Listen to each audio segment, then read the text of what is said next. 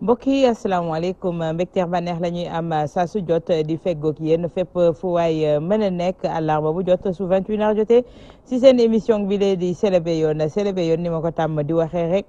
ñuy pencoo lépp loo xamante ne dafa soxal askan wi rawatina ñu gindi leen ci li nga xamante ne mooy actualité ay bés bi yëpp ku ci nekk di ci mbiicoog mbaaloo am kàddu ñu cay yëkkati ngir leeral ponk yooyu saa su jot ñuy dalal ñoo xamante ne rek seen xam-xam dina ci màcc ñu mun cee indi ay leeral jagleel ko askan wi tey si suñu plateau ñu ciy dalal Lamane Ndiaye fare ci Alliance pour la République di APR ak ki nga xamante ne moom moo di Gallo Tall fare ci Parti démocratique sénégalais di PDS duñu def lu dul bàyyi suñu invité ñu nuyoo ba noppi ñu dooba soobu ci li nga xamante ne moom moo di waxtaan bi Lamane Ndiaye asalaamaaleykum. waaleykum salaam soxna Awa maa ngi lay nuyu di nuyu sama xarit Gallo Tall di nuyu aussi ñi nga xam ne yëpp ñu ngi may gis tey jii ci petit écran bi di nuyu waa Walfadjri yëpp ak Sidi Lamine Niass di ko jaale magam ji nga xam ne moo génn àdduna bu yàggul di ko ñaanal yal na yàlla yokk ay leeram di nuyu aussi le président Macky Sall ak njiiti APR yëpp. di nuyu aussi le réseau des enseignants tous les enseignants du réseau parce que man maa yor lépp lu jëm ci wàllu communication ci réseau des enseignants di nuyu sama mbokk yi nga xam ne aussi ñoo ngi may seetaan. jërëjëf Gallo Tall Parti démocratique sénégalais Gallo ñu ngi lay nuyu. jërëjëf soxna Awa ginnaaw bi ñu sant yàlla julli ci Seydina Mohamed maa ngi lay nuyu di nuyu waa kër gi commencé ko ci Sidi Lamine di jaar fi sama mag jaar nuyu wàlle ko passage Lamane Ndiaye bu APR di ko jaale magam jooju génn. rafetlu jéego yi le président Abdoulaye Wade jéggi tey ba Léona Niassène ngir jébbal ko fa remplacer njaalam muy lu rafetlu waaye aussi maa ngi nuyu suñu waa parti fi ñu bokk di nuyu waa fu ma dëkk muy Kébémer di nuyu mouvement bi nga xamee ne que yàlla def na maa yor seen kaddu muy ASCAW action de soutien et de solidarité ak Karim Wade ñëpp ñi nga xamee ne que buñ ma gisee à travers le petit écran dinañ ma reconnaître ci sama wadisme ci sama karimisme maa ngi leen di nuyu di leen sant di ñaanal xalifa généraux yi nekk ci dëkk bi yëpp rawatina sëñ Sidi Mokhtar Mbacké ñaan yàlla yokk leeram yokk wér-gu-yaram yokk vraiment ay fanam. jërëjëf duñu def lu dul soobu ci li nga xamante ne moom moo di waxtaan bi ponk bu njëkk bi nga xamante ne ñi ngi koy wax ay bés yi yëpp mi ngi aju ci dindi malaanu kiirlaay ki nga xamante ne moo di Khalifa Ababacar Sall commission ad hoc bi taxawal nañ ko ñu fas yéene amal ab taxaw seetlu ci mbir mi alxames ji kon tey jot na ñu waxtaanee ko ndax gis nañu ki nga xamante ne moom moo di le président Doudou Wade xam le ne commission bi naam taxawal nañ ko waaye du commission boo xamante ne bu légal la commission buy exercer dans l'illégalité la Lamane tey ci ponk boobu lan nga ciy wax. waaw li ma ciy wax mooy xam nga dafay dossier boo xam ni justice moo ko yor lu justice yor nag yow boo ciy wax te doo juriste da ngay wax rek ci les faits maanaam li xew wante la ci yoon war a atte ak li nga xam ne ni moo am diggante assemblée nationale ak le tribunal doo ci mën a xuus bu baax li xew ba xew mooy Khalifa Sall sénégalais la bi ko justice di jàpp fekkul woon mu nekk député ñu jàpp ko tëj ci kaso bi pour war koo atte te atteeguñ ko diggante bi mu nekk fi député ndax war nañ koo génne wala war nu koo génne loolu foofu mooy question bi mais ñoom comme dañ ko jàpp te nekkul woon député même buñ ko defee député war nañ ko mën a téye foofu atte ko ba pare léegi nag balaa nu kiraay Lamane li indi amalgame boobu mooy le procureur ci boppam moom moo génn ne nañu lever immunité parlementaire am ko reconnaître ki rang wu député am tey ji waroo toog di laaj ñu lever malaanu kiraay. waaw xam nga li tubaab di wax ni la justice n'est pas rétroactive maanaam yoon du atte day atte ci li nga xam ne nii moom lañ laaj mais du atte ci li nga xam ne nii wees na ci lu bëree bëri parce que Khalifa Sall bi ñu koy jàpp nekkul woon député moo tax ñu téye ko fa pour atte ko mais kon est-ce que tey léegi nag boobu à sa raison d'être tey jii ñu taxawal ko ci assemblée nationale di laaj ñu lever malaanu kiirlaay bu fekkee ne da ngeen jàpp ne biñ koy jàpp il n'était pas député les faits sont antérieurs mais tey jii kon procureur warul woon laajte ñu lever malaanu kiirlaayam si war na laaj ñu lever malaanu kiirlaayam bala ñu koo condamné mais biñ koy jàpp nekkul woon député léegi nag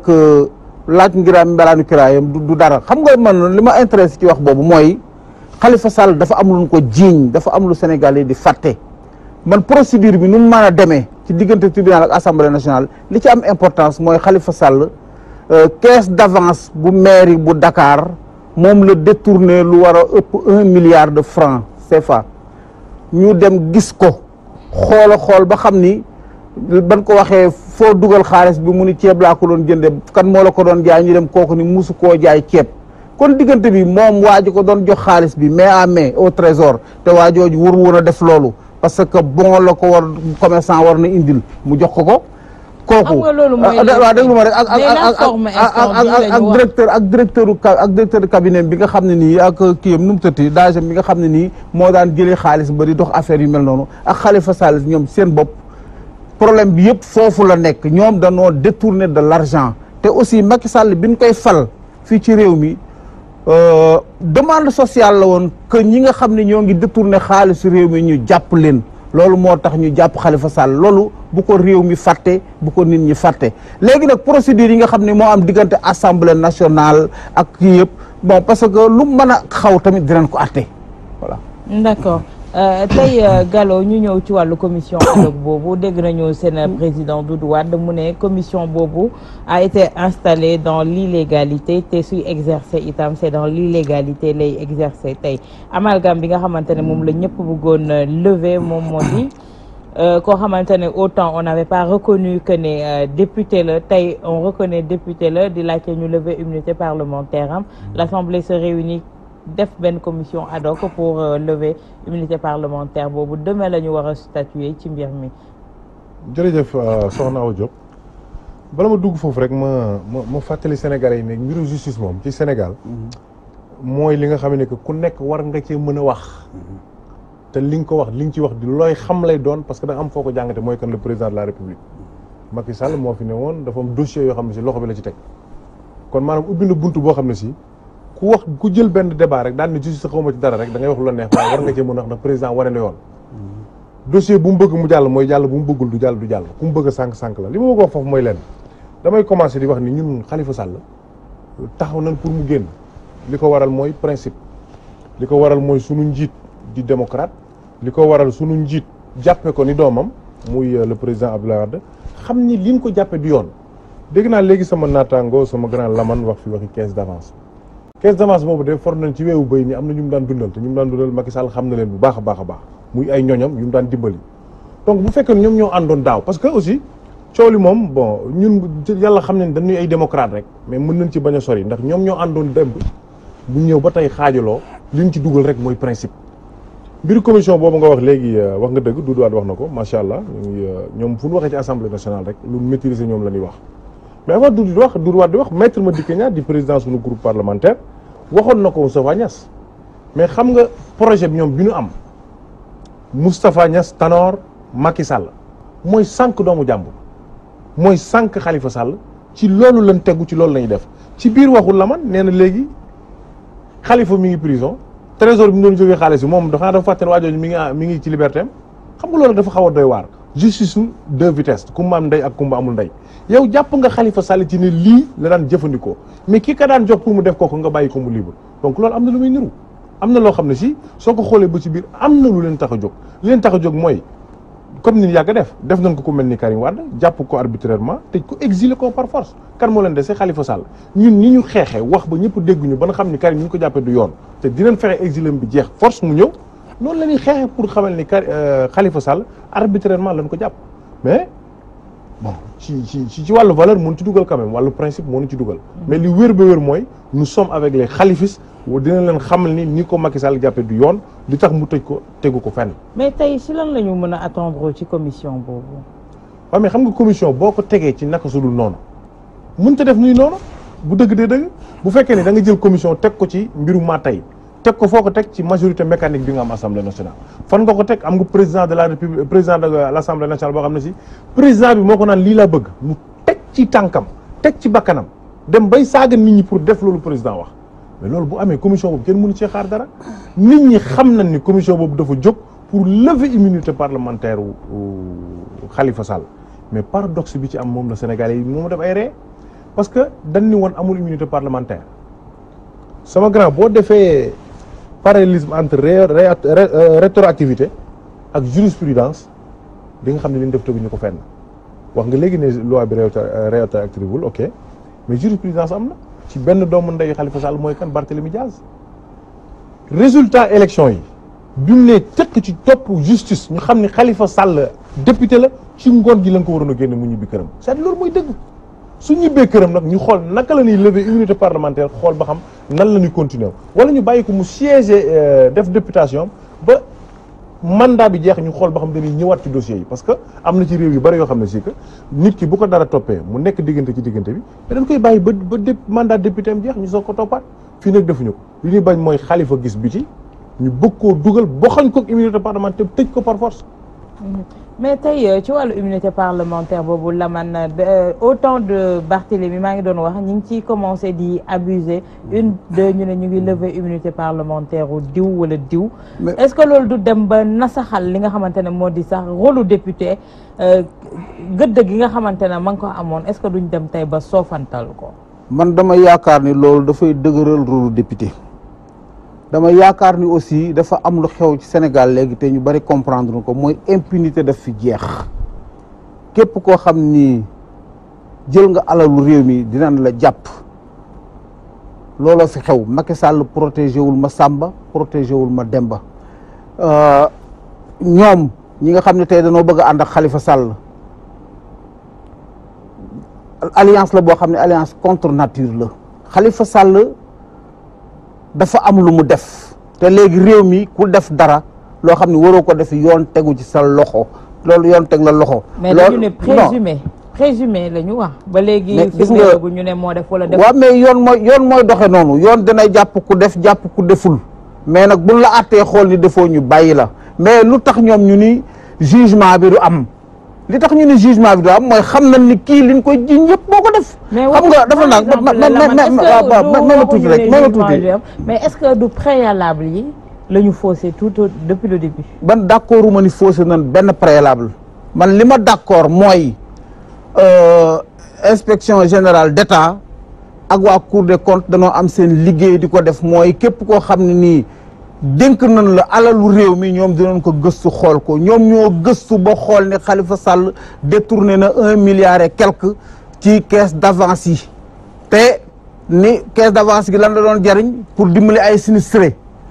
boo nee damaa jël 1 milliard et quelque dimbalee ko ay sinistré kenn laaju la nga wax turu sinistré yi de mais dana laa laaj foo ko jënde nga dem ni ñi magasin bi laa ko jënde borom magasin bi di Khalifa Sall musum koo gis musumaa gis ndaw Khalifa Sall muy jënd si ci man waaw léegi nag ñoom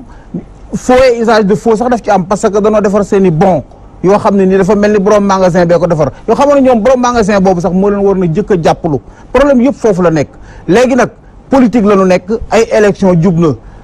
ñoom amuñu programme Macky Sall munoo ko tey sikk ci bilan moo tax du nangu sax ku waxtaan ci loolu ñoom fi lu bëgg a jëm rek mooy Khalifa Sall daal tey ji mooy seen cheval de bataille bu njëkk ba Karim Wade la woon fi yoon Khalifa Sall la Karim Wade xaalisu réew mi yëpp moo ko détourné tey jii boo xoolee rek Ablaye Wade ni muy dundee ak doomam ni muy dundee ak li ñuy mayee ci dëkk bi tey te yoratuñu nguur nga xam ne ñii kon li ñu jël ci réew mi bari na foofu la mbir mi nekk mais gis nga procédure tribunal ak ay assemblée nationale bariwul sax importance parce que ñoom nee nañu maa ngi liir tey ñu ni Khalifa Sall du wuyu ji assemblée nationale Khalifa Sall buñ ko bëggee ñëw entendre ci cellule bi dafay bañ loolu mooy gis nga stratégie boobu moom la Karim Wade jëloon Hissène Habré moom la jëloon te teewul yoon def liggéeyam xam nga man dama bëgg nit ñi féliciter le régime en place parce que léegi ku sàcc ñu jàpp la problème bi loolu la d'accord tey Gallo problème bi li muy soulever su ma déggee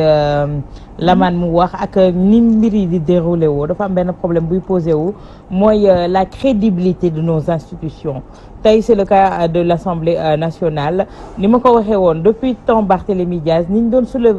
lever immunité parlementaire yi c'était trop facile ma doon wax est-ce que du dem ba nasaxal li nga xamante ne moo di banqaas googu est-ce que doole gi muy amoon est-ce que gëdd gi mu waroon a am dina ko am xam nga institution ay miir la rek du bouger li koy amal solo ñam bi mooy mi koy incarné loolu doy waar boo xam ne si ñi ànd ñoom dañuy bokk ci yàq yi léegi rek ma togul 5 minutes mu ne la procédure bi amul solo amul importance noonu la ñuy doxale c'est-à-dire ñoom li am solo ci biir institution ñoom amuluñ ko importance assemblée nationale bu fekkee da nga bëgg a jàpp doomu jàmbur mu bokk ci sa ñoñ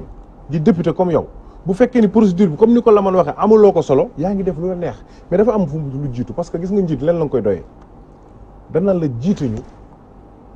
soo juumee ñu wax la nga taxaw jiituñu boo ko manee soo juumee buñ la waxee nga nangu mais malheureusement dana am njiitu yoo xam ne si jiite nañ ñu te mënuñu buñ juumee duñ ko nangu loolu mooy danger Sénégal alliance contre nature bi nga wax léegi ñun buñ demee ba bëgg a ànd ak Khalifa Sall nga tudd ko alliance contre nature xaw ma kon alliance Macky Sall ak Marème ak Tanor nan nga ko war a mën a tudde mais loolu lépp amul importance ñun boo gisee ñu jàppale Khalifa Sall duñ ci attardé wul comme ni ma la ko waxee léegi question de principe la encore une fois defoon ngeen ko suñu ñooñ koo xam ne si que ni Abdou Karim Wade la jàppoon ngeen ko arbitrairement tëj ko dem ngeen ba la ngeen ko jàppoon yéen ko koy jëlewaat ci suuf parce que xam ngeen ni juum ngeen te su ngeen moytu gàcce gu gàtt moo gën fuuf gàcce gu gudd xam ngeen fi ngeen jëm ak ñun su ngeen defee la même chose Khalifa Sall ñun suñu ngor moo ñu may ñu xamal Sénégal ne li ngeen def tegul ci yoon institution yi nag yàqu na te mi ngi yàqu ci bu njëkk bi mooy ban bu président de la République institution Sénégal présidence moo njëkk a yàqu ndax lan ki ko incarné moo yàq loolu mooy dëgg c'est ça la réalité il faut que nit ñi di ko nangu xam ni jën moom bu bonee du ci digg li ca bopp bala parce que ki ñu jiite moo li mu incarné dafa mel ni daf ko jomm c'est loolu mooy dëgg parce que bu ko jommuloon Macky dina xool li fi passé li nga xam ne que moom dafa daan bañ ñun bi nekkee ci nguur gi li nga xam ne que dafa ne woon du yoon tey rek maa ngi déglu benn enregistrement muy wax ci changement de ministre de l'intérieur bi ñu amoon yàq lu mel ni xamee Cheikh Gueye mi ñu tegoon et pourtant élection yi tax mu nekk président Cheikh Gueye moom moo ko organisé donc encore une fois je crois que ni ci doxalinu Macky Sall ci ñii lay xoolee Macky yoon condamné jox na dëgg les maîtres les enseignants Serigne Mbaye Thiam jalgati ko Macky Sall jàppale ko ci ak beaucoup d'exemples kon bu nga xamee ni que moom enseignant toog na daal ni procédure assemblée nationale amul solo parce que ki ñuy suivre la ñoom ki ñuy topp ki nga xam ne moom lañ def leader mooy kan mooy le président et malheureusement ñun ñëpp la bokk jiite ñun ñëpp mooy nekk suñu président kon warul di salfaañe ngeen ci ànd ak moom warul di yàq réew mi ngeen ci ànd ak moom warul def lu ko neex impunité bi nga wax jeexul bu fekkee da nga ni réew mi ku fi def lu yoon ñu jàpp la mais est-ce Farba Ngom kon heure bi fekk na procureur war koo entendre loolu mooy dëgg mais boo dee impunité jeex na malheureusement mais Farba Ngom moo fi voyagé ak 30 millions fu mu jaar ci assemblée xam naa je crois que dinañ ci déglu dinañ ci dellusi ñu jàpp ko France un député boo xam ne que jaar na fii ci aéroport international douanier yi bàyyi ko mu romb xaalis bu toll noonu jàpp ñu ko ban koy jàppee France ñu ngi tuutal Sénégal encore une fois diplomatie Sénégal yàqu na ci régime Ablaye Wade mais c'est-à-dire gëdd député sax yàqu na nan nga mën a comprendre un député fidèle compagnon du président de la République se déplace avec des devises xaalis di ko def ci ay mallette ñu wax mu naan yaayam lay faj tantam lay faj ñu ngi profité ci occasion boobu pour vraiment ñaanal yaayam boobu ak tant parce que ay Sénégalais lañ mais aussi ñu ngi profité pour jàlle ñaari nit ñi nga xam ne que non assistance moo tax ñu dee kenn ki fii la ko dalee Philippe Senghor am koo xam ne si Pikine la ko loolu dalee mais bu yéen initiateur couverture maladie universelle su ngeen demee ba le député gëmul la politique du chef de l'État su ngeen demee ba nga xam ne que le député gëmul la politique de santé du chef de l'État ñun xamuñu fan lañ jëm couverture maladie universelle bi ngeen ñuy waxee bu fekkee ne ku feebar ci yéen ngeen yóbbu ak lan xaalis du contribuable c'est vraiment dommage te Farba li muy voyage yi bari na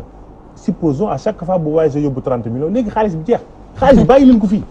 c'est pas pour vous. Laman tey ci point bi ñu nekkoon tey jii c'est-à-dire que li Sénégalais yëpp di lam-lamee ci grand place yi ni mel. moo di ne le sort de Khalifa est déjà scellé c'est purement politique àndul ak yéen ñeen a ngi dëgmal présidentielle am na benn titange gu lalu ci suuf moo tax lañ koy def tëj nañ ko ba noppi avant ñu koy juger tey. dama bëgg nga may ma tontu tuuti ci benn wax. rapidement pour rapidement man waxuma ni digg assemblée nationale amul solo waxuma ni la justice sénégalaise amul solo dama ni man personnellement man Lamane Ndiaye la procédure bi nga xam ni moo nekk diggante assemblée nationale ak tribunal amaluma ko solo man li ma amal solo mooy les faits. lan la Khalifa Sall def ba nu jàpp ko loolu moo am importance loolu laa la bëgg a wax foofu bi ci tegu mooy seen alliance bi yéen a Khalifa Sall alliance contre nature la parce que da ngeen a amatul programme ngeen ngoy ci Tanor Dieng mi ngay wax ak Macky Sall ñooñu danoo bokk benn coalition bu ñuy wax Bennoo Bokk Yaakaar kenn ku ci nekk da nga demoon sa élection bopp deuxième tour ñu ànd ak boole seen doole gagné comme boole nañ seen doole gagné ñu boole seen doole gouverner réew mi te résultat yi mi ngi nii le PSE yaa ngi koy gis kii universel bi nu mu tëtti couverture maladie universelle bi ngay wax actuellement mi ngi permettre à des milliers et des milliers de Sénégalais ñuy faju plan Sésame bi mi ngi dox les enfants de moins de 5 ans ñu ngi faju te duñu fay dara affaire baa ngi dox correctement léegi nag ci point boobu point bi nga doon wax sànq mooy Khalifa Sall est-ce li nit ñi di wax ne son sort est déjà scellé. loolu ña koy atte ñoo mën a wax ndax dañuy jàpp Khalifa Sall wala dañuy bàyyi Khalifa Sall loolu benn Sénégalais mënut a toog fii tey naan Khalifa Sall nangami at lañ koy tëj wala nangami at lañ koy tëj li nu xam ba xam mooy le détournement existe te Khalifa Sall weddiwu ko Khalifa Sall nee na moom d'accord na ni détourné na xaalis bi waaye daf koo jëkkewul loolu la wax publiquement nee na loolu la wax publiquement xaalis bi nee na d'accord na ni jël na ko mais nag dafa fekk ñu ko daan doxale noonu nee na maire yi ko jëkk Dakar noonu la daan doxale loolu moo tax mu def ko mais sa waay bu Sénégal gépp doon naan sàngara du tax sàngara dagan nii lan doon defee rek kon naa defe nii Khalifa Sall xam nga lan mooy problème am dafay koo xam ni ambition am daf ko ëpp doole Khalifa Sall dafay yàkkamti Khalifa Sall PS la nekk Tanor Dieng moom la congrès fal mu jiite parti boobu Khalifa Sall nekk ci biir ñoom dof yi ñoom Barthélémy Dias ak gaa yooyu jay ko pour ni ko yow yaa war doon président 2019 tax mu commencé ay kiyam mais nag xam nga campagne boo ko def da ngay am xaalis xamul fu mu jëlee xaalis bu mu détourné la caisse là loolu mooy problème mu Khalifa Sall détourné na ko jàpp nañ ko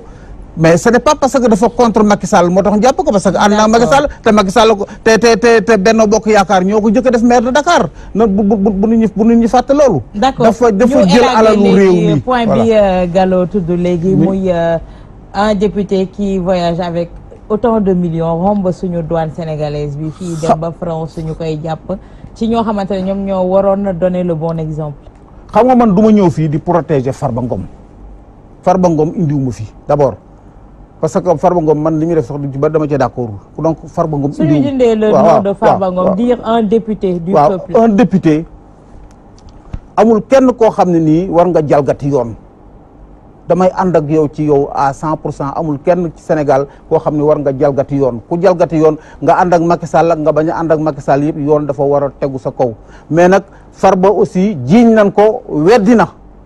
ba taqal ba ne Massaly moo indi confusion boobu téléphoné waa Sénégal donc waxu Massaly la ñuy gëm waxu la presse la ñuy gëm wala waxu Farba Senghor la ñuy gëm c'est ça laisse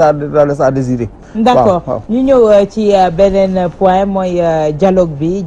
gis nañu ne laata ministre bi sax di ci gën a soobu ñi nga xamante ne ñoom ñoo di kilifa diine yi ñaan nañu ngir dialogue boobu mun a am ñi nga xamante ne ñoom ñoo fare ak Khalifa xamle ne nañu ne duñu dialoguer tant que Khalifa ngi ci biir kaso bi waa parti démocratique sénégalais tey fan ngeen toll ci ponk boobu ndax ministre Aly Ngouille Ndiaye woo na leen dialoguer le 28 je pense. merci beaucoup Awa xam nga ñun yàlla dafa def na ñuy par principe parti boo xam ne dialogue lañ xam ki ñu jiite di Abdoulaye Wade ku ne xam ne bi mu nekk opposition dafa naan dialogue ak le pouvoir bi ko yàlla indee pouvoir mu doon dialogue ak son opposition bi mu wàccee aussi président bi lank ne du dialogue wax yéen a ngi fàttaliku bi mu ko ne billahi naa ko dialogue loo mais Abdoulaye encore une fois def dialogue pour sauver qui que ce soit Abdoulaye dialoguewul pour fekk ku doglul boppam ku doxal boppam daanu ci teen mu la yëkkati déedéet Abdoulaye dafay dialoguer pour l'avancement du Sénégal xam nga mascarade électorale bi fi amoon bi mu amee bi ñu xëyee suba Abdoulaye dafa ni lii la noté waaye les paroles s'envolent et les écritures restent. mu leen ñu xalaat ñu bind. ñu ngi koy tudd ñu ni un livre blanc. jël livre blanc bi détecté li nga xam ne que mooy manquement yi amoon ci élection bi. jébbal ko ministre de l'intérieur au lieu mu xool en bon démocrate ñun li ñu wax naka la demee ak naka lañ koy saafara mu jéem a doxale noonu mu ne yow daf ñu tontu mu tontu ci gën a dugal boppam muy Abdoulaye Daouda Diallo ñun dana teg ay préalable waxuñu woon ministre de Macky Sall waxuñu la nga indi ministre de l'intérieur bu xees indi fi bu ñuul loolu intéressé wuñu néewuñu ko jëlee fi bu sant Diallo indi bu sant Ndiaye loolu intéressé wuñu li ñu intéressé mooy un ministre de l'intérieur neutre parce que ñun en réalité xam nga gis nga sàcc bi sàcc sa kalpe comme ni ko Abdoulaye waxee woon mënta sàcc sa kalpe tee ko xaalis bi nga daw jàpp ci dox yi mu naan la ñu négocier man da nga may jox sama kalpe ba pare ñu soog a négocier mën nga ma ko jox nag ma toj la mbéj tel wala ma yóbbu la police foofu lañ toll actuellement on ne peut pas mënuñu d'accord ñun ñu ni Macky Sall ministre de l'intérieur bi nga fi jël maire la responsable la yéen a àndandoo ñëw ci pouvoir bi kooku mënta tëdd jaaxaan yaay parce que loolu nga nu waxaloon ci Ousmane Ngom te yàlla defoon na Ousmane Ngom du woon maire fenn mais d'accordoon ni militant la woon mais bi nga waxee Abdoulaye Wade di démocrate dafa ne ay léwén opposition la wax nañ bëgguñu li ñu indi Cheikh Gueye teg lam ci teg lépp dañu ci delluwaat mais teewul ci élection yooyu la gagné mais boo ñu jëlalee Abdoulaye Daouda Diallo nga indil ñu koo xam ne si moo ëpp intérêt que Macky Sall gagné mooy kan Abdoulaye Aly Ngouille Ndiaye actuellement Aly Ngouille Ndiaye bakkanam la ci teg pour Macky Sall gagné xam ngeen lu tax parce que dafa tàq ba fii parce que est-ce que scandalu zircon bi scandalu ArcelorMittal lépp liñ deselo woon ci wàllu scandale financier Aly Ngouille Ndiaye daf ci takk rip kon Macky li tax mu def loolu xam na ko mais liñ ko wax duñ ci jóge ñun duñ dem élection ci contexte yi te duñ ko bàyyi mu organiser élection loolu mooy dëgg loolu la ñu Abdoulaye Wade sant loolu la ñuy def loolu la ñuy taxawee loolu la ñuy wéyee. mais dem toog waxtaan. non dem toog waxtaan dañ koy def ak ki war a woote Aly Ngouille Ndiaye est mal placé pour woor kenn ñuy waxtaan. mais tey kilifa diine gu leen ñaan njëkk. damay profité sax di remercier kilifa diine yi plus particulièrement Serigne Sidi Makhtar Mbacké. man mbiri Karim Wade bi Serigne Sidi Makhtar leen ngeen dialogue ngeen du ngeen dialogue nga koy remercier. Serigne Sidi Makhtar njëkk naa ko Macky bàyyil Karim mu bañ kooku mooy bañkat bi ñun dégg kat ndigal ci laaj may ma ñëw rek Serigne Sidi Makhtar bu doon lu ma wax ñu dégg ko kon duñu yegg fii parce que ba mu ne Macky Sall Abdoulaye Wade sa bàyyi la kon mu ba nu attee Karim ba yoon pare ci moom ba nga xam ne président moo ci des daf koo baal daf koo gracier xam nga daggaguma la voilà da boo ma déglu rek non déet da nga bëgg comme li ma xam nga yaa ci dugal kilifa diine yi boo ma wax rek dinaa may ma ñëw rek comme yow kilifa gi diine gi nee na leen dialogue leen ngeen ne duñu dialogue looy waxati ñooñu dama leen respecté bu may wax doo bëgguma déedéet da ngay déglu rek ma ba ngeen leen respecté woon buñ leen ne dialogue leen ngeen ñëw toog ak Macky Sall ak waa këram ñu bokk waxtaan mais comme kilifa diine yëpp nee nañ leen toog leen waxtaane politique réew mi sëñ Sidi Mokhtar def ci déclaration bu rëy ngeen ni ko defulu ko ba pare ñoo fi naan maa ngi gërëm Sidi Mokhtar rek maa ngi yërëm bàyyil Sidi Mokhtar damaa bëgg mu pare rek parce que bañ mu daal allez-y merci beaucoup bon yàlla dafa def nag ñun ay murit nag yu wér man mii di wax ak yow Abdoulaye mag ma rek a tax mu gën maa nekk murit waaye ci famille murit laa juddoo bokk ci branche bu ñu ma ne murit moom garab la branche la am ak ay xob maa ngi bokk ci branche bu dëkk bu tudd Daaru Musi bokk ci xob bu tudd kër Serigne Koso Astulo foofu laa bokk Serigne Kara Koso Astulo jëma Serigne ma koy profité ñun suñu kilifa dafay murit pire murit dëgg murit bu wér tey rek fàttali na ko bi mu demee Léona Niassène waaw moom nee na franc-maçon la woon de waxoon non mais waxoon na ni franc-maçon la woon walla man may ñu moom nee woon na franc-maçon la woon da caa génn kon kañ la nekk murit soo ma dégloo dafa jëkk a nekk murit soo ko nekk franc-maçon wala dafa nekk franc-maçon wala soo ma dégloo yàgg sa patron naa leen wax lan ngeen woon bu fekkee mën nga déglu rek acca déglul maa ngi lay déglu man je suis le PDG de mes actions waaw lu ma wax rek allez-y maa ngi lay wax lan ngeen woon waaw waxal rek su ma delsoo foofu mooy man booy xool procès Karim bi ma ci paree xaw na yàgg parce que déclaration sëñ Sidi Matar ba mu waxee ni nan bàyyi Karim Macky Sall bañ bi mu toogee ni du mujj fenn boobu laa xam ne du mujj fenn te yàlla may na ko dëgg ndax li ñu jëloon ci Karim ñu ngi ko koy jox lépp lañ koy delloo la sëñ Sidi Matar waxoon waxam du naax saay su ma dellusoo ci loolu li tax may dama koy sant léegi mbir mi moom lañ ci daan dégg ak Serigne Abdou Aziz Al Amin sëñ Cheikh Al Maktoum bi mu nelawee ñu intronisé sëñ Abdou Aziz bi mu waxee waxi dialogue ña fa nekkoon di parti politique ñëpp ñu ko décliné poliment dañ ko ni buñ dee dialogue na doon fii ci yow kon Macky Sall war na mën a xool boppam parce que dialogue bi dafa am ñaar dialogue social mais bi ma ci ëppal solo mooy dialogue électoral dafa war a am parce que mënoo élection yi ñëw nga sàcc ko mënoo avant élection yi ñu xam ni yow da nga sàcc lii à l'avance nit ñi di ci ànd ak yow loolu nit ñi mënuñu ko nangu moo tax ma ni bi lu tax may sant sëriñ bi yàgg na koo wax waaye sëriñ aussi su waxee ñu waxtaan leen ki mu ci jiital mooy njiitu réew mi parce que mooy bu lu mënti xewit mooy suñu kilifa parce que mooy njiitu réew mi. kon daal yéen su ma leen déggee moom ngeen bëgg a toogal. dinaa ñëw léegi non toogal Macky Sall moom jaratu ko xam nga tax jaratu ko Macky Sall mënutu la wax lu taxaw Macky Sall kenn mënutu ko wóolu ci lenn kon toog ak moom je crois que ni ngeen ko dénkaan a feneen ci bi li tax tooguñ ci dialogue boobu laa wax rek bi jëree sëñ Bass Abdou Khadre dama koy rendre hommage parce que sëñ Bass Abdou Khadre aussi lu ko gaa yi wax dialogue bi tooñ ko parce que lantinoor la moom dafa yor kaddu gi mu yor mooy kaddu yoonu murid kaddu sëñ Sidi Makhtar donc bu sëñ Sidi Makhtar ne li mu bëgg ci réew mi mooy ñu waxtaan mais ça ne veut pas dire que dafa wax ni Macky Sall na toog ak Abdoulaye Wade waxtaan sëñ Sidi Makhtar li ko intéressé en réalité du Macky Sall du Abdoulaye Wade réew mi moo ko intéressé parce que lépp luy wàllu politique yoonam nekku ci mais ñun ñoo xool xam ne li avancé réew mi ndigal daf cee bokk li avancé réew mooy respecté kilifa diine yi daf cee bokk te ku ne xam na ni le président bi taxé kilifa diine yi de citoyen ordinaire kooku mënu leen respecté.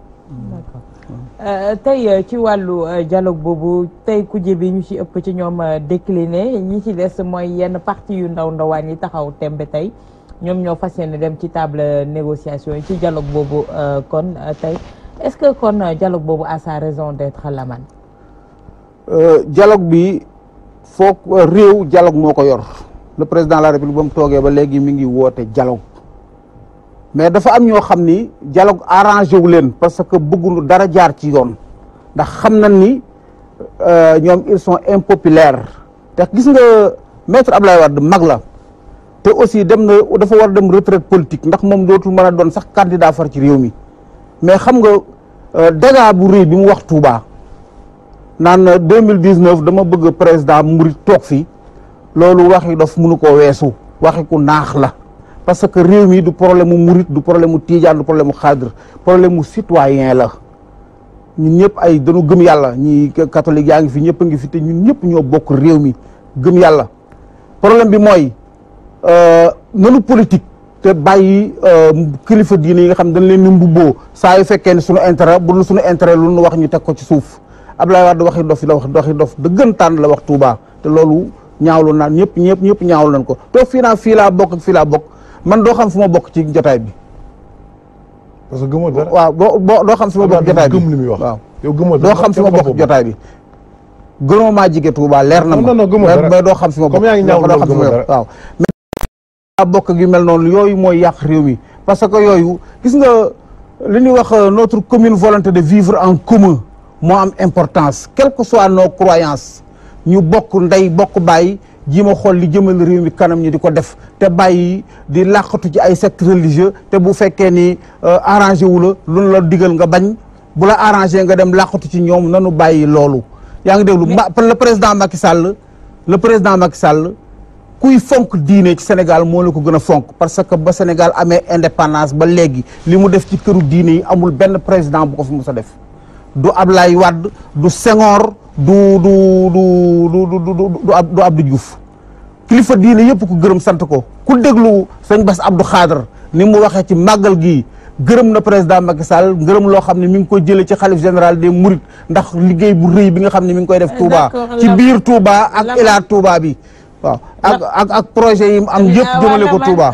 ñu dellu si waat tey ci dialogue boobu est-ce que lajju laata muy tàmbali. bu fekkee les principaux partis d'opposition tey décliné ñu invitation. xam nga ki nga xamante ne moom moo di le ministre de l'intérieur. mais gis nga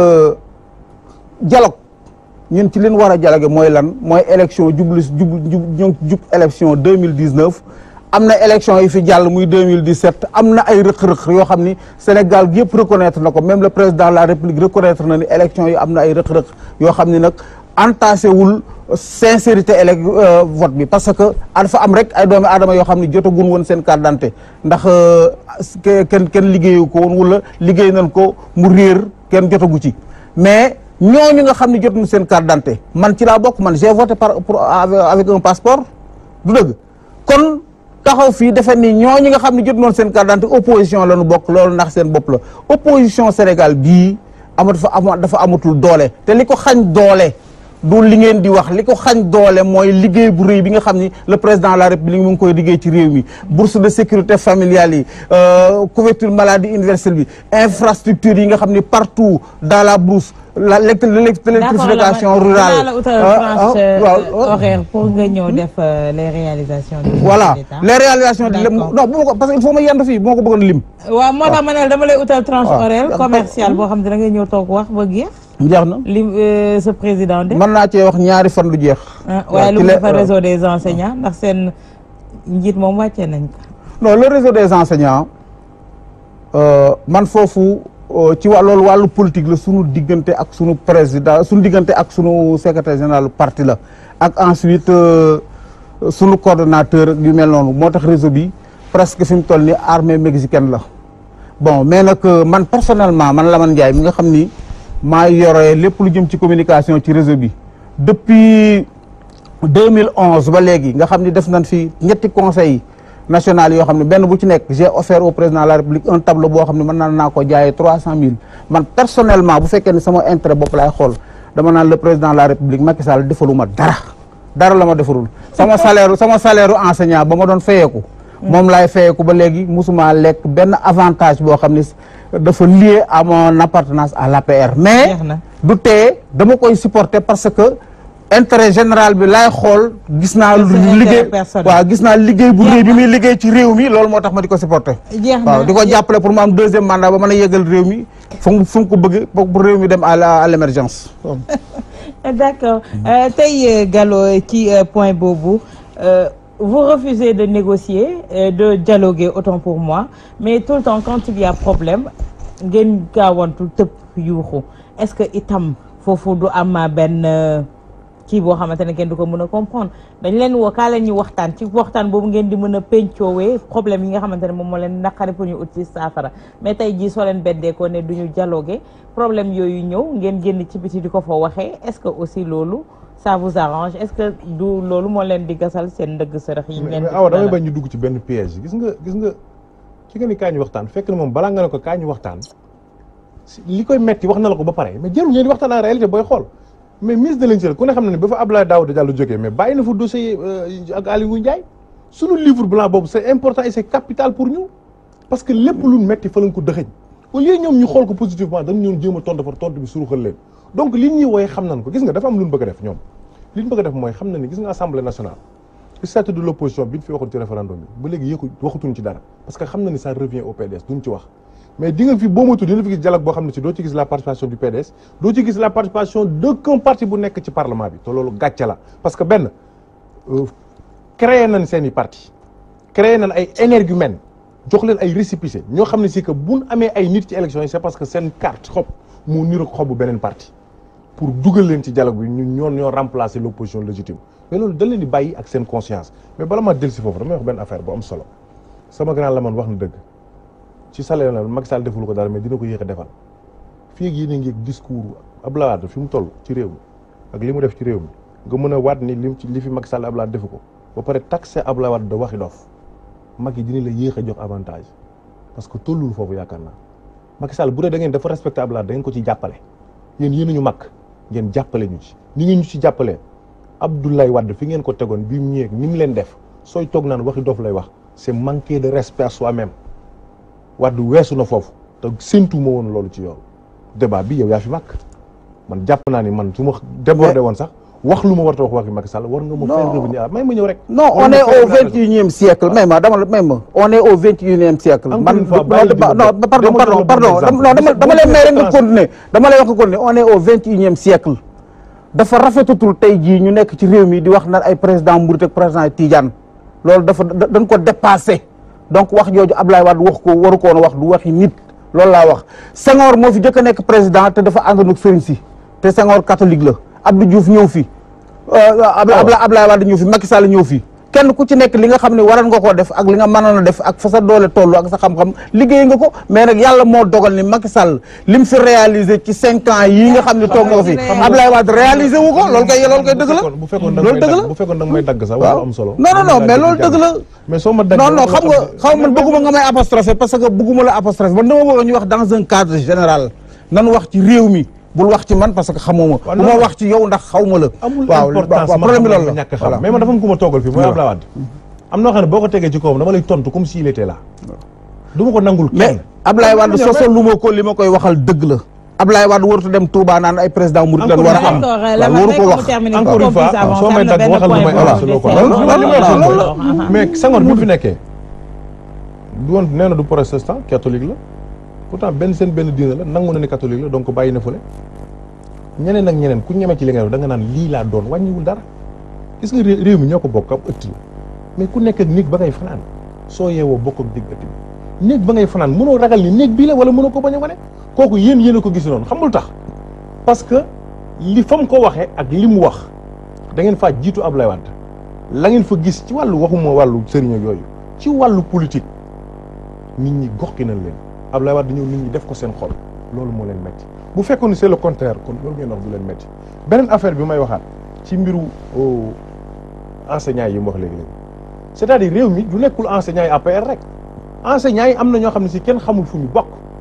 ba léegi ñi ngi daw seen arrière yi loo xam ne si ñoom dañ ko liggéey war ko mën a am le président defu ko à la place de ça je n'ai rien contre les lions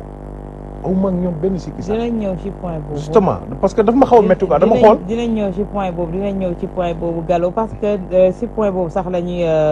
kiiwee soo tontoo juste ci wàllu dialogue bi nga xamante ne tey jii mënu leen bañ a dem ne doo leen dialogué ëllëg ak si biir am problème bu am ngeen jug di yuuxu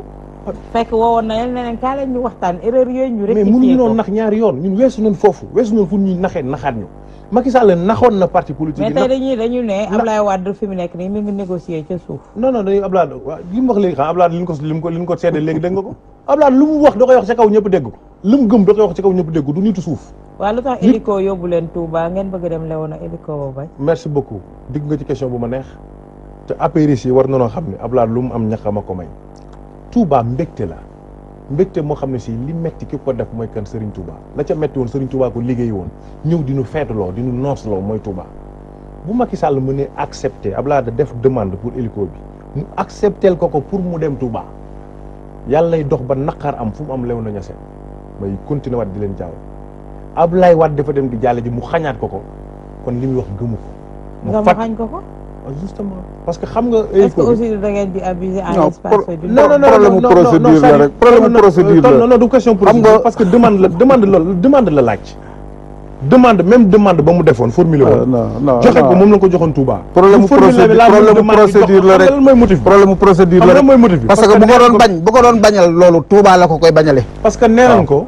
bi mu demee Touba il ko li jël mais dafa doon xas le chef suprême de l'armée mais encore une fois waxuma dara mais tant que Abdoulaye di yëkkati woon di ko yëkkati pour dem Léona Niassène rek waroon naa tax bu laajee il ko ñu war ko en tant que ancien chef d'état mais nag Abdoulaye Wade moo dul bàyyi ak xale ak yàlla da koy fajal boppam parce que yàlla may na ko wér gi te yàlla na yokk yàlla na ko yàlla may gudd fan bi loolu amul 4-4 yii ñu xam yi nga xam ne si Macky Sall mënu koo jël 2 heures de temps moom la jël dem Léona Niassène def li nga xam ne ko loolu la jullit war a def dem jàlle ji ba mu demee ñu fàttali ko fa nag yu baax yam fa def ñu fàttali na ko ni maison religieuse yi nga wax loolu la ngeen fa def Abdoulaye leen ci jiitu ba mu ñëwee lañ ko njëkk a wax mooy 100 millions yëm njëkk a def foofu muy lu ñu rafetlu te xeeb na ko ndax bëggoon naa weesu foofu yow Abdoulaye Macky Sall mooy le premier président bu fi ne kurus ak ñaan du développé am réew kooku kon bu fekkee ne nee nga respecté na chef religieux yi je crois que ni mën nga xooli keneen tey ñu ñëw ci beneen point pour clore mi ngi aju ci suñu Lions yi nga xamante ne qualifié nañu pour mondial 2018 en Russie ñu leen di féliciter seen entraîneur ak tout le staff mais tey li nga xamante ne moom lañ ciy ñaawlu di ko décrier un peu mooy tout le temps sport surtout le football rime avec récupération politique. mais vous avez parfaitement raison. parce que ñoom bi ñu nekkee dans l'opposition sunu ndam yi ñoom dañoo yaakaar récupération politique lay nekk maa ngi fàttaliku benn sëriñ bu fi tuddoon xaw ma nan Kunta. loolu ngeen yaakaar ren yéen tamit. dafa génn daan ni sarax bi ñu ñàkk loo coupe bi Macky Sall moo ko jox. je pèse bien mes mots suñu différence ak ñun loolu la nous aimons les Lions nous aimons notre Sénégal gis nga Lions yi dañ leen di ñaanal ñu am ndam man je n'ai rien contre eux lu leen jox rek war na leen ko mën a jox mais nag gis nga farata dafa am. nan waxante dëgg parce que Lions yi bu fekkee ne yow da nga leen di war a jox 20 millions nga jógee màggalu Touba barki démb ndox mi manqué nga war a jox Lions yi 20 millions ak ay terrain enseignants yi nga xam ne que ñoo yor suñu éducation réew di jàngal suñuy doom lii leen warloo li nga xam ne que du question neexal question de lu ñàkk la nga war leen ko jox ngay lànk bañ leen ko jox je crois que am na paradoxe foofu mais li gën a garaaw xaajaloo bi Macky Sall di xaajale sport bi dëgg la football la gars yi gën a namm parce que indeegu fi dara on a soif de la victoire du football sénégalais indeeguñ fi dara basket bi alhamdulilah indi nañ dara mais Big Soccer sport la 4 fois lañ jël ko trophée ba léegi kenn recevoir leen équipe nationale bu karaté bi jël nañ médaille ba léegi kenn recevoir leen c'est-à-dire sport entité la njiitum réew waru koo yàq njiitum réew waru koo tas bay gaar waale staffu équipe nationale bi moom mooy Lions yu 2000 yi donc su demee ba leen di accuser ay bu leen nangu xale yi nii ak nangam ça c'est manquer de respect aux Lions vraiment. tey Lamane ci wàll boobu wàllu récupération politique dañ koy nemmeeku saa suy amee à la longue day dem ba jural ñu yenn dérive yi su équipe bi demee yenn performance yi mu waroon am dootu ko amati ndax récupération politique bi nga xamante ne moom moo ciy ëpp doole gis nañu ne à la place yi nga xamante ne sax joueurs yi ak supporters yi fa waroon dem ak staff bi c'est les politiques ñoom ñooy fees ca place yooyu. xam nga footballu Sénégal commencé wul tey Léopold Sédar Senghor final coupe du Sénégal daf ci daan teew Abdou Diouf daf ci daan teew ba jour bi mu amee problème avec Casa Sport vous vous rappelez bien ak ñoom bokkaat rek yu mel noonu donc loge boobu autorité yàgg nañ faa toog loolu du problème waaw loolu waaw mais loolu interdit tey les autorités ñu voilà man je me dis que sax dana waroon dafa bi may waxee mooy récupération politique c'est-à-dire xam nga ba seen discours léegi dootuñu ko méngalati ak sport bi en tant que tel xam nga récupération politique ki koy def mooy ki nga xam ne yorul dara mais ki nga xam ni tout le pouvoir est entre ses mains kooku amul dara lu muy récupérer parce que il a tout entre ses mains li am ba des mooy le président Macky Sall ba mu jëlee pouvoir ba léegi kenn déggatul Lions yi di jooy ay problème mu prime yooyu daf fi daan am Lions yi nekk fii bi ñuy réunion guddeeg bëccëg ba match yi bëgg a yàqu ñu naan ay problème mu prime yooyu amu fi donc Matar ba toog fi ñu dénk ko mu régler problème yooyu yëpp ba Lions yi lépp loo xam ne war na état bi seen digganteeg ñoom ñu ngi koy def te ni mu koy defee ci les Lions du football ñi la koy defee ci ñoom ñëpp bi soko bi ngay wax nii ba ñu jëkk a gagné boobu Abdoulaye Wade fi nekk te recevoiru leen problème yëpp loolu la Macky aussi bu leen mënee recevoir wala mu am jotam dina leen recevoir bu leen recevoir aussi le ministre des sports dina leen recevoir c'est la même chose mais danoo toll ci étape boo xam ne ci football bi c'est une étape très importante te warunoo bàyyi dara di ko yàq mooy danoo qualifié waat coupe du monde xam nga erreur bi Sénégal jëkkoon a def ma ngi ko defoon 86 au Caire si vous rappelez bien ñu dem foofa yenu ay toggukat fii ak lu nekk ñuy toggi ceebu jën ak lu nekk xew fa ba nga xam ne nii fan war na yeggunu fa 2002 nous avions une équipe boo xam ne nii bu fekkoon ni discipline bi waroon ci vestiaire yi discipline ak seen logement yi ak li leen waroon a surveiller defoon nañ ko kon fi nu yem ci quart de finale doon nañ ko weesu mais c'est parce que li fa xewoon mooy bu nu gañee dañuy fanaanee tëgg fanaanee fecc ñëpp ñëw jaxasoo ak joueurs yi ba nga xam ni temps de récupération bi duñ ko am joueurs yi duñ mën a concentré wu loolu la Macky Sall doon fàttali ñi nga xam ni mooy Lions yi xamal leen parce que est-ce que son discours n'a pas été malade? non c'est un très bon discours parce que xaajalul Lions 2002 Lions 2017 ndax Lions 2002 yi actuellement ni ñoom ñooy diriger équipe bi boo gisee ci seen staff technique Aliou Cissé mooy moom bu nga xam ne moo nekkoon capitaine 2002 bi Aliou Cissé mooy entraîneur bi Omar Dafa nga fa Lamine Diatta nga fa Tony Silva moo yor gardien yi ñi ci des sax nga xam ni bokku na ci staff technique ci périphérique bi nekk dañuy ñëw toujours di participer yenn saa yi boo demee entraînement Lions yi da nga leen di gis donc benn équipe bi la ñii dañoo màgg tey yor seen i rak loolu moo fi nekk te aussi le président de la République a le droit wax leen ñaax leen parce que boo amee sa mbër muy bëre ji da nga koy ñaax li nga xam ne nii ay erreur la ci ginnaaw ba teenoo am li nu bëggoon a am dëggantaan nga wax leen ko pour ñoom tam ñu moytu ko loolu yàqu ci dara au contraire ku ci ndem tey jii ba nar a def loo xam ne nii kii di nga ni le président de la république kat nee woon na nangam parce que waxu président de la république nag du caaxaan. voilà Gallo mi ngi doon wax Lamane ci 20 millions de primes de match yi nga xamante ne de qualification autant pour moi yi nga xamante ne président de la république. loolu du prime de qualification. prime de qualification yi ñoom avec le ministre des sports ñoom ñoo ko séq lii président de la république moo ko yëkkati may ko Lions yi ndax contentement ci qualification bi ñu qualifié daf leen ko may bokkul jotewul dara ak seen prime yéen leen di fay. mais waaw tey jii 20 millions par joueur ak staff bi yëpp. au moment où tey jii yaa ngi koy wax enseignants yi ñu ngi laajte seen ay. non enseignants yi. li leen Macky Sall defal ci nguuram gi Ablaye Wade defal leen ko man ba ma commencé jàngale boobu Abdou Diouf moo fi nekkoon boobu sax la Abdou Diouf di soog a jël nguur li leen Macky Sall defal li nu Macky Sall defal ñun enseignant en tant que fonctionnaire Abdou Diouf defaluñu ko Ablaye Wade defaluñu ko gis nga bi Macky Sall di jël nguur gi enseignants yi seeni doléance mi ngi toll woon ci ay 43 points mais gis nga 43 points yëpp actuellement fii ma lay wax ni satisfaire nañ ko parce que ñi nga xam danoo doonoon ay volontaire ñi doon ay vacataires ñoom ñëpp dugal na leen fonction publique léegi ba pare seen année volontaire yooyu ñu jël ci 2/3 yi di leen ko fay. d'accord comprendre nga baax li mu wax. ba pare léegi war leen koo rappel léegi nag diggante enseignant moom yëpp xam nañ digganteem ak éducation nationale digganteem ak fonction publique ak finance chaque fois dafay am ay tractation waaw ay retard administratif la yoo xam ne dafa yàgg am ci kii bi yooyu la ñuy wax enseignants yi benn point laa gis boo xam ne état bi satisfaire ko te jox na leen promesse nee na leen dañ leen toogaat ñu étudier ko mooy l'indemnité de logement la ñu bëgg ñu aligner ko ak ay loon di indemnité magistrat yu mel noonu problème yëpp foofu la nekk mais tous les autres points des enseignants le président de la République satisfaire na ko te actuellement nii am na un problème am na un programme d'éradication de tous les abris provisoires du pays ak lim fi construire ci école lim fi construire ci université loolu Ablaye Wade defu ko Abdou Diouf defu ko. dinaa la utal tranche horaire pour réalisation yi. Gallo tey ji ci li nga xamante ne mooy demande Lions yi est-ce que tey Lions yi war nañu toog sax di laajte passeport diplomatique ndax ñoom ay ambassadeurs lañu ils représentent le pays un peu partout ndax tey ñooñu loolu warul nekk d'office du loo xamante ne dañ ko war di laajte. Ablaye Wade waroon na leen koo defal. Abdou Diouf waroon na leen ko defal loolu moom c'est vrai parce que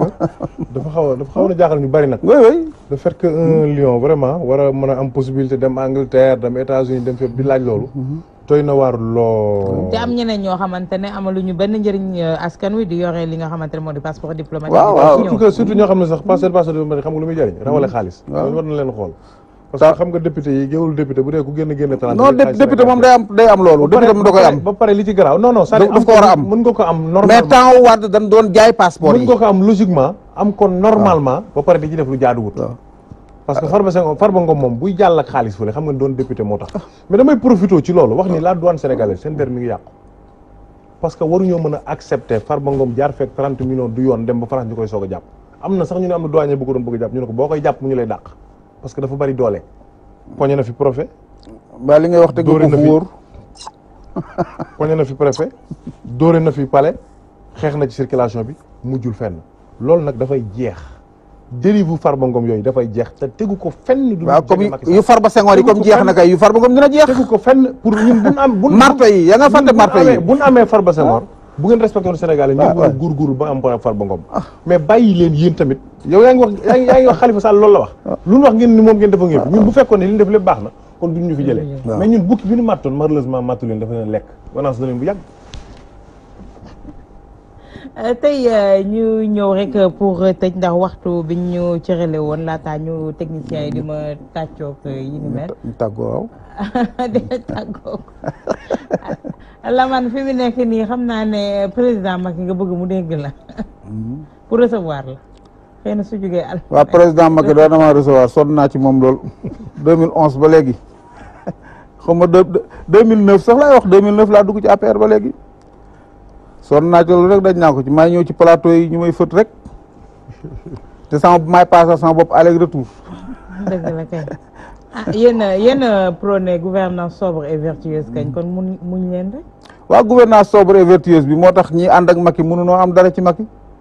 mais nag comme ni ma la waxoon sànq ci départ bi ñun bi ñuy ànd ak Macky du intérêt personnel taxul ñu jóg. danoo xoolal ni réew mi yàqu na ci impunité, réew mi yàq na ci détournement de deniers publics. loolu la ñu xamoon léegi nag moo tax Macky promettre nu ni loolu lépp dina ko fi jëlee bi mu ñëwee loolu lay xeex moo tax ñu ànd ak moom te dañuy ànd ak moom ba keroog géej gi fer nag parce que li muy yore réew mi buñ ko toppee bu dul man sax di samay doom réew mi dañ koy développé dañ koy yóbbu à l'émergence looloo am. li ma mujjee li ma métti mooy yéen waa APR chaque jour ñu ngi leen di gis ak waa Macky 2012 si mbedd mi ngeen di kaas ñi mujjee ñëw cëru jël poste yu baax yëpp toog ca na ca faa. waaw mais gor noonu lay def gis nga gor dama lay wax benn xisa Alioune Abi Talib mos naa de woor ba ngoon jot mook soxnaam Fatima benn waay di ñëw di yalwaan fekk benn lu toll ni liibaru céréale la yor Alioune jël ko lépp jox ko keroog ñu ndogoo ndox gis nga noonu la gor def danoo ànd dafa am ñoo xam ne danoo ñëw ànd ak Macky di ko jàppale di ci dégg lu nekk nag li leen ñi di yàq ñooñu buñ kontaanee rek ñun kontaan nañu waaw problème loolu waaw tey ci benn point bi rek pour clore Gallo tey ji dialogue bi le 28 la Manko nee nañ duñ ci bokk PDS tey taxaw nañu temb ne duñ ci bokk tey su ministre de l'intérieur dialogué ak yenn si parti yi nga wax ne c'était parti de circonstance tey loolu lan la leen di jural également. non ministre de l'intérieur da ngay xam ne pare na feuille de route am pare na pour dialoguer ak des partis télécentres pare na pour dialoguer ak partis yoo xam ne si ñoom ñoo leen fabriqué. mais lan mooy doon finalité bi. non finalité bi mooy xam nga mooy lan finalité mooy lan. mais man question boobu bëgg naa cee wax tuuti xam nga tax muy ridicule parce que l'opinion nationale et internationale verra que ñi nga xam ne que ñoom ñoo seq dialogue bu c'est pas la chose représentative loolu mooy dëgg. parce que nan waxante dëgg gis nga dans ce Sénégal là lu Abdoulaye Wade bokkul en tant que chef de l'opposition légitimul normalul les partis représentés à l'Assemblée nationale lu bokkul légitimul normalul loolu mooy dëgg. donc je crois que ni ci gàcce la nar a jëm mais nag def lu baax du weesu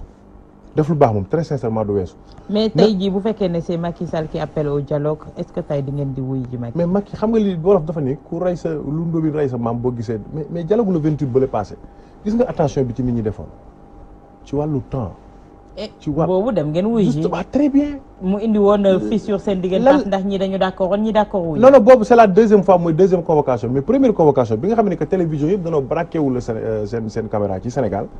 mais lan lañ ci jëlee échec total par rapport à ce que Macky Sall avait dit parce que dafa waxoon sax ni chaque mois les partis politiques en connivence avec le ministère de l'intérieur dinañ di gisee boobu la ci pare parce que boobu xam nga lu taxoon dafa am benn xal bu nekkoon ci loxo bi di ko lakk il fallait mu bàyyi ko c'était Karim Meïssa Wade actuellement beneen xal bi nekk ci loxo mi ngi ci lex bi sax c'est Khalifa Sall pour mu bàyyi ko il faut mu def un semblant de dialogue mais nous dialoguons pas pour sauver Macky Sall nous dialoguons pour les intérêts démocratiques nous dialoguons pour sauver le Sénégal. D'accord ce point boobu rapidement. xam nga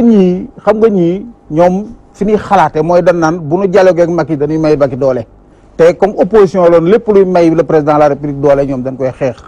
loolu mooy seen problème mais xam ngeen ni réew bu ñu demee jubee élection kii nu tudd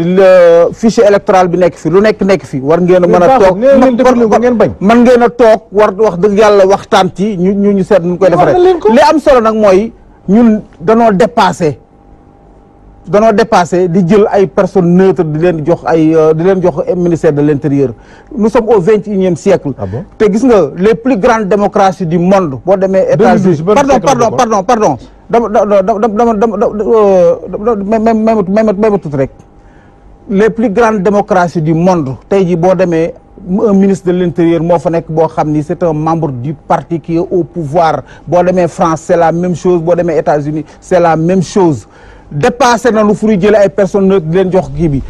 élection Sénégal kenn mënatu koo sàcc kun fi gagné rek dañ laa gagné kenn mënatu koo sàcc parce que c'est tellement bien fait que kenn mënatu ko fi sàcc waaw léegi en 30 secondes ci benn question mooy conseil sur la paix et la sécurité bi nga xamante ne ça se déroule à Dakar on parle tout le temps de terrorisme dëkk bi ñu amate leen ci fànn boobu est-ce que vous pensez que ces conclusions là sont valables pour notre pays conseil boobu mais interdiction bi sax dafa xaw a takk suuf moi je prie pour la paix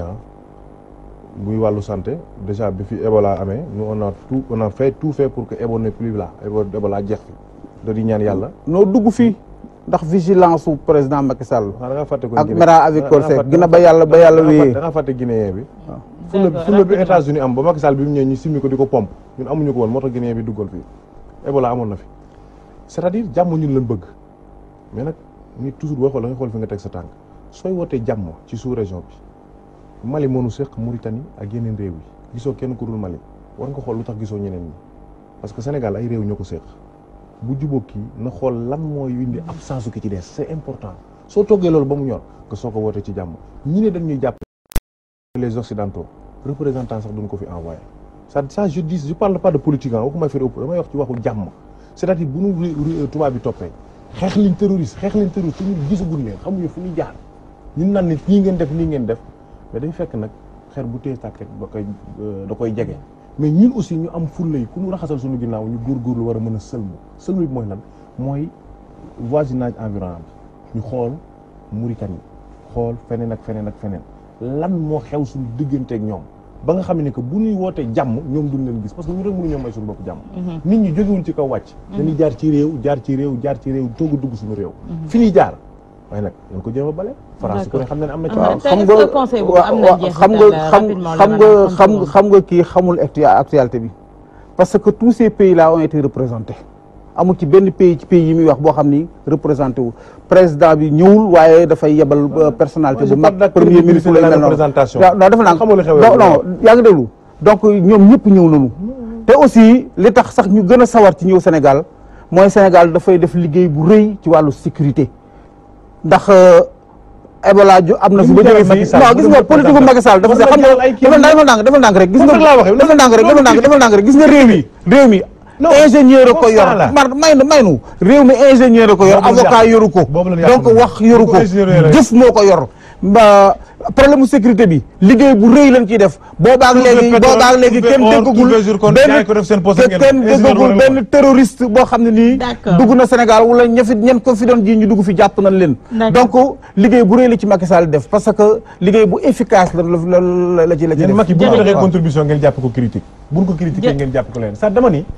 li mu jaral Macky Sall ba mu ñëw représenter le Sénégal toog war na ko jaral le président mauritanien mu ñëw non man naa am empêchement yabal le ministre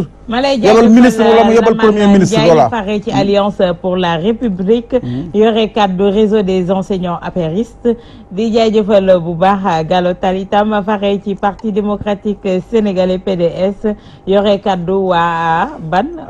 askaw voilà ñu koy jaajëfal bu baax di jaajëfal bu baax Oustaz Assane Diouf mi fare woon ci wàllu coordination bi di jaajëfal Charles René Fall Cheikh Tidiane Diop ak Modou Fall ñuy fare woon du côté de la régie di leen jaajëfal yéen ñi safoo Leeru Jamono Walfadjri dig daje àllarba bi di ñëw bu soobee suñu borom ci beneen numéro weeru